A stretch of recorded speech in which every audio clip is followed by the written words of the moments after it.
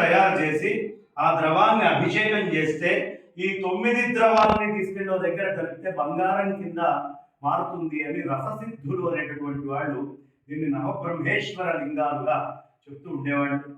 ఇలా బంగారాన్ని కూడా తయారు చేసేటటువంటి మహత్తరమైన రససిద్ధి క్షేత్రాల్లో పేరెన్నికన్నటువంటి ఏకైక క్షేత్రం యావత్ భారతదేశంలో ఈ అలంపురం బాలబ్రహ్మేశ్వర క్షేత్రం. ఈ క్షేత్రంలో ఈ లింగము ఒకటైతే ప్రధానమైనటువంటి ఆయన బాలబ్రహ్మేశ్వరుడు. అలా మొత్తము 9 లింగాల్లో రససిద్ధులు ఇక్కడ తయారు చేస్తూ ఉండేవాడు. తురుష్కులు భయంకరమైనటువంటి దాడి చేసినప్పుడు ఈ క్షేత్రాలన్నీ నాశనం చేసి ఇందులో నుంచి ఒక 3 లింగాలని పెక్కిలించారు. అప్పటి నుంచి ఇక్కడ బంగారం తయారవడం అనేటటువంటిది ఆగిపోయింది. అంటే కనిపిస్తున్నటువంటి లింగాలు అనన్య సామాన్యమైనటువంటి శక్తిని సంతరించుకున్నటువంటి శివలింగాలు.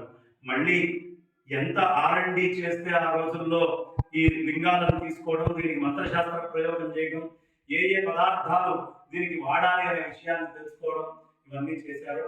అదేవిధంగా మన విజ్ఞానాన్ని దాడుల వల్ల కోల్పోయాం.